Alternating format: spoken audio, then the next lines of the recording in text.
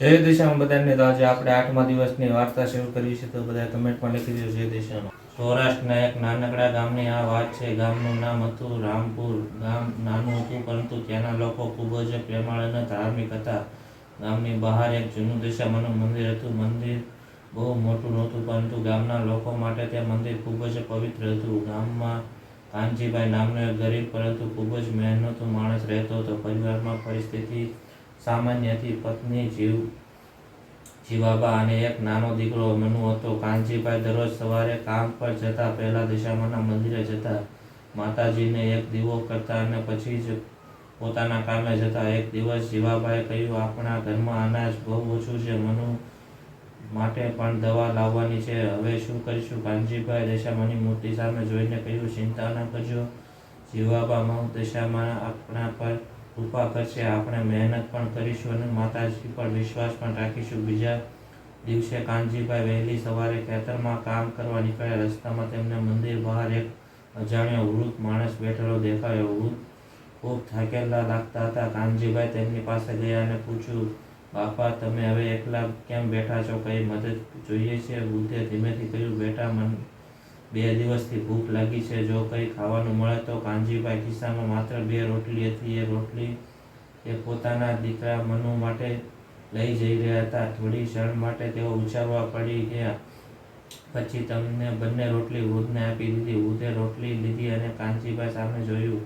બેટા, તું જે કહ્યું છે એનું ફળ તને જરૂર મળશે. કાનજીભાઈ હાસ્યાને બોલ્યા, બાપા, આશીર્વાદ આપજો, બસ એટલું જ મારા માટે પૂરતું છે. કાનજીભાઈ ખાલી હાથે ઘરે આવ્યા. જીવાબાએ પૂછ્યું, રોટલી ક્યાં છે?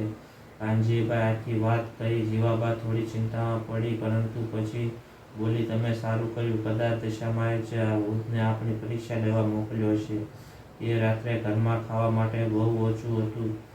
પરિવાર દશામાની આરતી કરી. રાત્રે કાનજીભાઈ ઊંઘી ગયા. મધરાતે તેમને એક અદ્ભુત સ્વપ્ન આવ્યું. સ્વપ્નમાં દશામાએ પ્રકાશથી ભરેલા મંદિર સિંહાસન પર બેઠા હતા અને માતાજી ચહેરા પર દિવ્ય તેજ હતું. માતાજીએ કહ્યું, કાનજીભાઈ, તારી શ્રદ્ધાથી પરીક્ષા હજુ પૂરી થઈ નથી.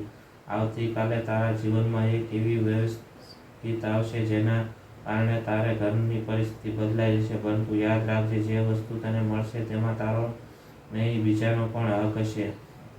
કાનજીભાઈ હાથ જોડીને પૂછ્યું, માં, એ વ્યક્તિ કોણ હશે? દશામાએ કંઈ બોલ્યા નહીં, માત્ર સ્મિત કર્યું અને અચાનક સ્વપ્ન તૂટી ગયું. કાનજીભાઈ આંખ ખુલી ગઈ. સવાર થઈ ગઈ હતી અને તેમને જીવાબાને સ્વપ્નની વાત કરી. જીવાબા બોલી, માં, દશામાં કંઈક મોટું કરવા જઈ રહ્યા છે. એ જ સમયે તેમના ઘરના દરવાજે કોઈ જોરથી ઠકોર મારી. કાનજીભાઈ દરવાજો ખોલ્યા. બહાર એક અજાણ્યો યુવાન ઊભો હતો. તેના હાથમાં જૂની લોખંડની પેટી હતી. યુવાને કાનજીભાઈને જોઈને કહ્યું, શું તમે કાનજીભાઈ છો? કાનજીભાઈ આશ્ચર્યચકિત કહ્યું, હા, પણ તમે કોણ છો? યુવાને પેટી આગળ કરીને અને કહ્યું, આ વસ્તુ તમારા પરિવારની છે. કાનજીભાઈ ચોંકી ગયા. અમારા પરિવારની પણ આ મોટી શું છે? યુવાન ધીમેથી જવાબ આપ્યો, એ જાણવા માટે તમારે આ પેટી દશામાના મંદિર લઈ જવી પડશે. કાનજીભાઈ પેટી હાથમાં લીધી, પણ પેટી ખૂબ ભારે હતી અને સૌથી મોટી વાત પર દશામાનું એક જૂનું સીન બનાવેલું હતું. કાનજીભાઈએ તરત જ આ જોયેલું સ્વપ્ન યાદ આવ્યું. તેમને જીવાબા સામે જોવા બોલી, ચાલો પેલો આ પેટી દશામા મંદિર લઈ જઈએ. પરંતુ તેમને ખબર નહોતી કે પેટીમાં રહેલું વસ્તુ તેમના પરિવાર જ નહીં, આખા ગામનું ભાગ્ય બદલવાની હતી. એ પેટી સવારે કાનજીભાઈ, જીવાબા અને તેમના દીકરા મનુ લોખંડની પેટી લઈને દશામાના જૂના મંદિરે પહોંચ્યા. મંદિરે પૂજારી હરિદાસ ત્યાં જ બેઠા હતા. કાનજીભાઈ આખી વાત તેમને જણાવી. હરિદાસ બાપુએ પેટી જોઈને તેઓ થોડી ક્ષણ માટે ચૂપ થઈ ગયા. તેમણે પેટી પરનું દશામાનું ચિહ્ન જોયું અને કહ્યું, કાનજીભાઈ, કોઈ સામાન્ય પેટી નથી. મારા દાદા પાસેથી એક જૂની વાત સાંભળી હતી. વર્ષો પહેલા આ ગામમાં એક ભક્ત રહેતો હતો. તેને દશામાની ભક્તિમાં પોતાનું બધું જીવન સમર્પિત કર્યું હતું. તેના મૃત્યુ પછી એક રહસ્યમય પેટી મંદિર પાસે છુપાવવામાં આવી હતી, પરંતુ એ પેટી ક્યારેય કોઈને મળી નહોતી. કાનજીભાઈ આશ્ચર્યચકિત બોલ્યા, તો આ એ જ પેટી છે? હરિદાસ બાપુએ કહ્યું. કદાચ. તેમણે દશામાની મૂર્તિ આગળ દીવો કર્યો અને બધા શાંતિથી બેસી ગયા. પેટી પર એક મોટું તાળું હતું. કાનજીભાઈએ ઘણા પ્રયત્નો કર્યા, પરંતુ તાળું ખુલ્યું નહીં. મનુએ અચાનક, બાપા, પેટી પર કંઈ લખેલું છે. બધાને ધ્યાનથી જોયું. ત્યાં ખૂબ જ ઝાંખા અક્ષરોમાં લખેલું હતું, જેના મનમાં લોભ નહીં હોય તેના હાથથી જ આ તાળું ખુલશે. હરિદાસ બાપુએ કાનજીભાઈ તરફ જોયું. કાનજીભાઈ, તું પેટી ખોલવાનો પ્રયત્ન કર. કાનજીભાઈએ દશામાને યાદ કર્યા. જય દશામાં તેમને તાળાને હાથ લગાવ્યો. અચાનક ક્લિક, તાળું ખુલી ગયું. બધા આશ્ચર્ય પાડી ગયા. પેટી ખોલતા અંદર જૂના કપડું તો તેમાં એક ચાંદીનો નાનો દીવો, કેટલોક જૂનો ચિઠ્ઠીઓ અને એક જૂનો નકશો હતો. નકશા ગામનો હતો, પરંતુ નકશામાં ગામની બહાર એક એવા સ્થળ પર નિશાન હતું જ્યાં આજે વર્ષોથી કોઈ જ રહેતું નહોતું. હરિબાપુએ ચિઠ્ઠીમાં વાંચવાનું શરૂ કર્યું. ચિઠ્ઠીમાં લખેલું હતું કે આ સંપત્તિ કોઈ એક માણસની નથી. જ્યારે ગામ પર મોટું સંકટ આવશે ત્યારે દશામાની સાચી ભક્તિ કરનાર વ્યક્તિ અને રહસ્યનો માર્ગ મળશે. જે વ્યક્તિ આ વસ્તુ મેળવે તેને પોતાના માટે નહીં પરંતુ આખા ગામના કલ્યાણ માટે તેનો ઉપયોગ કરવો.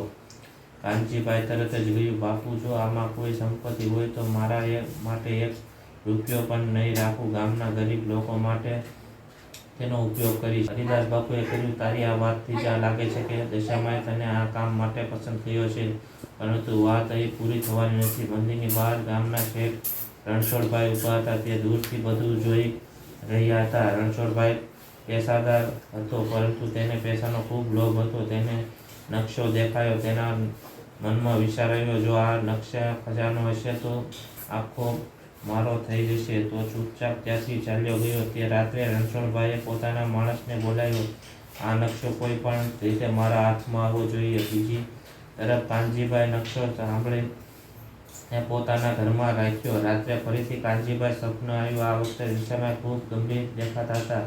માતાજીએ કહ્યું, કાનજીભાઈ, રસ્તો સહેલો નથી. તને લોભ, ભય અને વિશ્વાસમાં ત્રણેય પરીક્ષા આપવી પડશે. જે દિવસે તું પોતાનું સુખ છોડીને બીજાનું ભલું પસંદ કરીશ એ દિવસે રહસ્ય ખુલી જશે. કાનજીભાઈએ હાથ જોડીને કહ્યું, માં, તમારી આજ્ઞા મારા માટે સૌથી મોટી છે.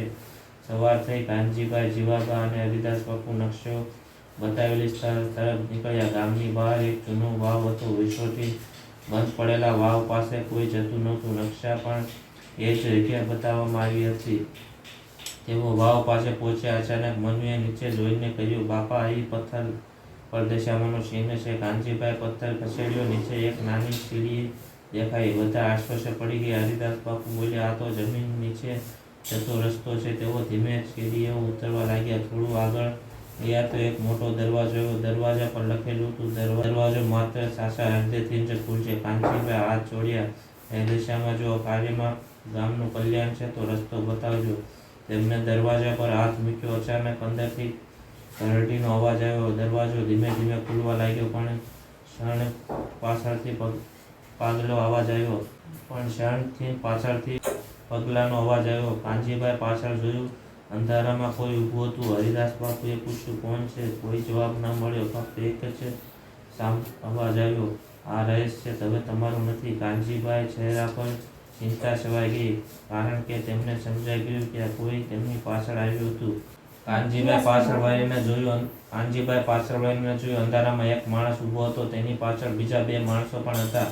હરિદાસ બાપુ તરત જ સમજી ગયા કે રણછોડભાઈ, તમે અહીં. અંધારામાંથી રણછોડભાઈ બહાર આવ્યો. તેના ચહેરા પર લોભ સ્પષ્ટ દેખાતો હતો. આ બાપુ, મને ખબર પડી ગઈ છે કે આ ભોયરામાં કઈ કિંમતી વસ્તુ છુપાયેલી છે. હવે બધું મારા હાથમાં આવશે. કાનજીભાઈ શાંતિથી કહ્યું, રણછોડભાઈ, જો અહીં કઈ હશે તો તે ગામના કલ્યાણ માટે છે. તમે આ રીતે લોભ ન કરો. રણછોડભાઈ હસ્યો. ગામના કલ્યાણની વાત પછી કરજો. પહેલા જ છે મને જોઈએ. તેને પોતાના માણસોને આગળ વધવાનો ઇશારો કર્યો, પરંતુ એ જ સમયે ભોયરાથી અંદરથી એક મોટો થયો ઘણ. બધા અચાનક અટકી ગયા. મંદિરની બહાર તો કોઈ ઘંટડી નહોતી, છતાં અવાજ જાણે આખા ભોયરામાં ગુંજી રહ્યો હતો. હરિદાસ બાપુએ હાથ જોડ્યા. જય દશામાં. કાનજીભાઈએ પણ આંખ બંધ કરી. રણછોડભાઈએ કહ્યું, આ બધું ડરવાની ચાલ છે. આગળ વધો. તેના માણસો આગળ ગયા. ભોયરામાં થોડે આગળ ત્રણ રસ્તા હતા. એક રસ્તો ડાબે, એક રસ્તો જમણે. સીધો દિવાલ પર નિશાન હતો. એક પર સોનાનું ચિહ્ન, બીજા પર અજાણ્યું ચિહ્ન અને ત્રીજા પર દશામાનું ચિહ્ન. રણછોડભાઈએ તરત જ સોનાનું ચિહ્ન જોયું. ખજાનો અહીં હશે. તે ડાબા રસ્તે દોડ્યો. કાનજીભાઈએ કહ્યું, રોકાઓ, નકશામાં આ રસ્તો નથી. પણ રણછોડભાઈએ કોઈની વાત ન સાંભળી. થોડે આગળ જતા જમીન નીચે સરકી ગઈ અને તે એક ખાડામાં બાજુ જે અટકી ગયો. તે ડરી ગયો. તેના માણસોએ તેને પાછો ખેંચ્યો. હરિદાસ બાપુ બોલ્યા, દશામાની જગ્યાએ લોભ લઈને આવવાનો રસ્તો મળતો નથી. કાનજીભાઈ દશામાના સિંહના રસ્તા તરફ જોયું. આ રસ્તો સાચો લાગે છે. બધા ધીમે ધીમે આગળ વધ્યા. થોડે આગળ એક નાનું ઓરડું આવ્યું. ઓરડાની વચ્ચે ચાંદીનો દીવો પ્રગટાવેલો હતો. કોઈએ દીવો પ્રગટાવ્યો નહોતો, છતાં તેઓ હતો. પથ્થરની પેટી હતી. પેટી પર લખેલું હતું, આ સંપત્તિ તેને જ મળશે જે પહેલા બીજાની જરૂરિયાત પસંદ કરશે. કાનજીભાઈએ પેટી ખોલવાનો પ્રયાસ કર્યો. પેટી ન ખુલી. એ જ સમયે બહારથી એક બાળક રડવાનો અવાજ આવ્યો. બધા ચોંકી ગયા. આ અવાજ અહીં કેવી રીતે? કાનજીભાઈ તરત બહાર દોડ્યા. ભોંયરાના બીજા ભાગમાં એક નાનો છોકરો ફસાઈ ગયો હતો. રણછોડભાઈ માણસને તેને ત્યાં ભૂલથી બંધ ગયા હતા. કાનજીભાઈએ પોતાની સલામતી ચિંતા કર્યા વગર બાળકને બહાર કાઢવા માટે રસ્તો શોધ્યો. અંતે તેમણે પથ્થરો હટાવી બાળકને બહાર કાઢ્યો. બાળક રડવા લાગ્યું. કાનજીભાઈએ તેને ગળે લગાવી, ડરતો નહીં બેટા, દશામાં તારી સાથે છે. બાળક શાંત થઈ ગયું. કાનજીભાઈ ફરી પથ્થરની પેટી પાસે આવ્યા. આ વખતે તેમણે માત્ર હાથ મૂક્યો. પેટી ખુલી ગઈ. અંદર સોનાના દાગીના નહોતા, તેમાં જૂના બીજા અનાજના દાણા અને એક ચિઠ્ઠી હતી. રણછોડભાઈ ચોંકી ગયો. આ શું? અહીં તો સોનું જ નથી.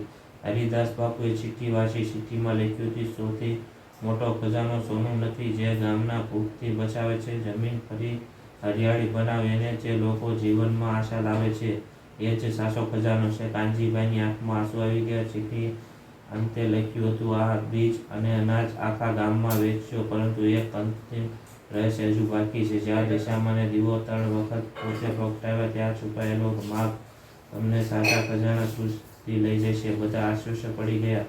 રણછોડભાઈ હજુ પણ વિશ્વાસ નહોતો. તેને ગુસ્સામાં ચાંદીનો દીવો ઉઠાવ્યો, પ્રયત્ન કર્યો, પરંતુ તેઓ તેના હાથમાંથી સરકી ગયો.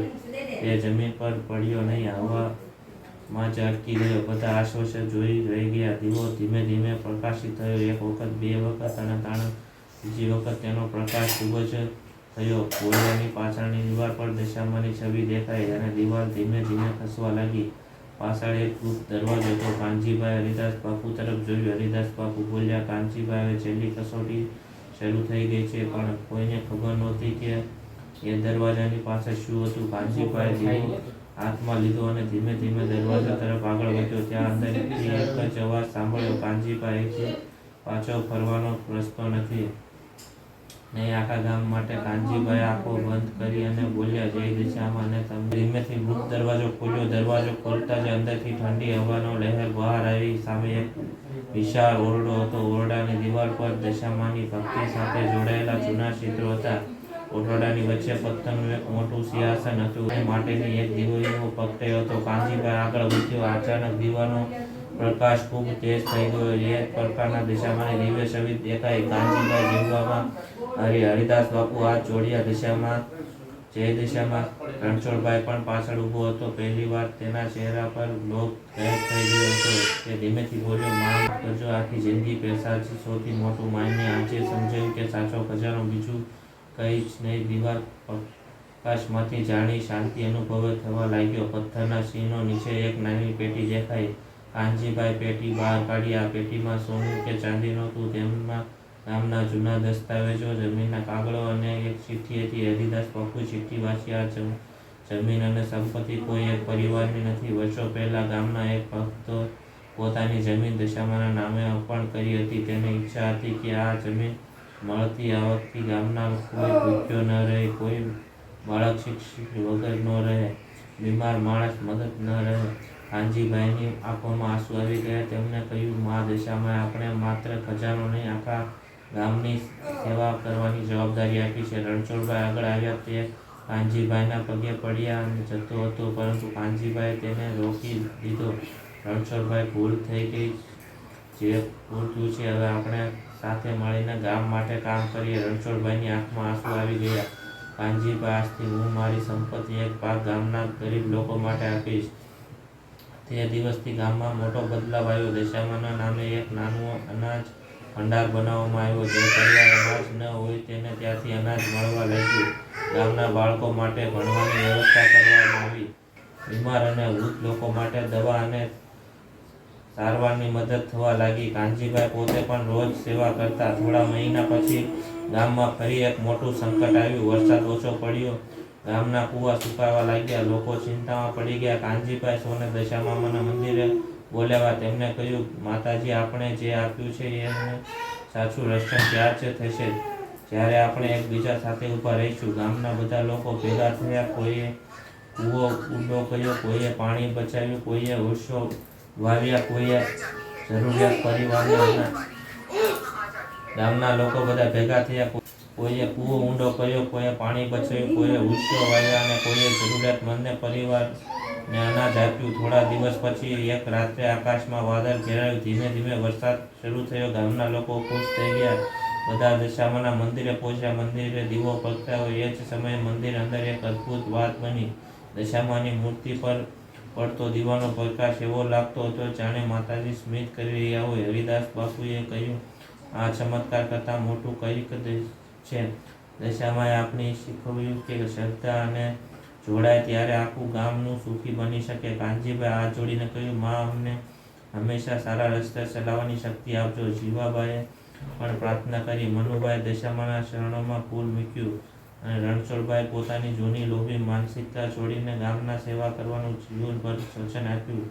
તે દિવસથી રામપુર ગામમાં દર વર્ષે દશામાનો ઉત્સવ ખૂબ ભક્તિભાવથી ઉજવવામાં આવવા લાગ્યું. લોકો દૂર દૂર દર્શન કરવા લાવવા લાગ્યા અને ગામના એક વાત પેઢી પર પેઢી કહેતા, દશામાની ગુફા ત્યાં જ રહે છે જ્યાં શ્રદ્ધા હોય, જ્યાં દયા હોય અને બીજા સુખમાં પોતાનું સુખ માનવતા વાવે. કાનજીભાઈ જીવનમાં પણ બદલવા ગયું, પરંતુ તેમને ક્યારેય રહસ્યનો પોતાનો ચમત્કાર માન્યો નહીં. તેઓ હંમેશા કહેતા, આ બધું મારું નથી, આ તો દશામાની કૃપા છે. અને અંતે આખું ગામ એક સાથે બોલ્યું, જય દશામા. માતાજીના સૌના ઘરમાં સુખ, શાંતિ અને સમૃદ્ધિ રાખે. જય દશામા.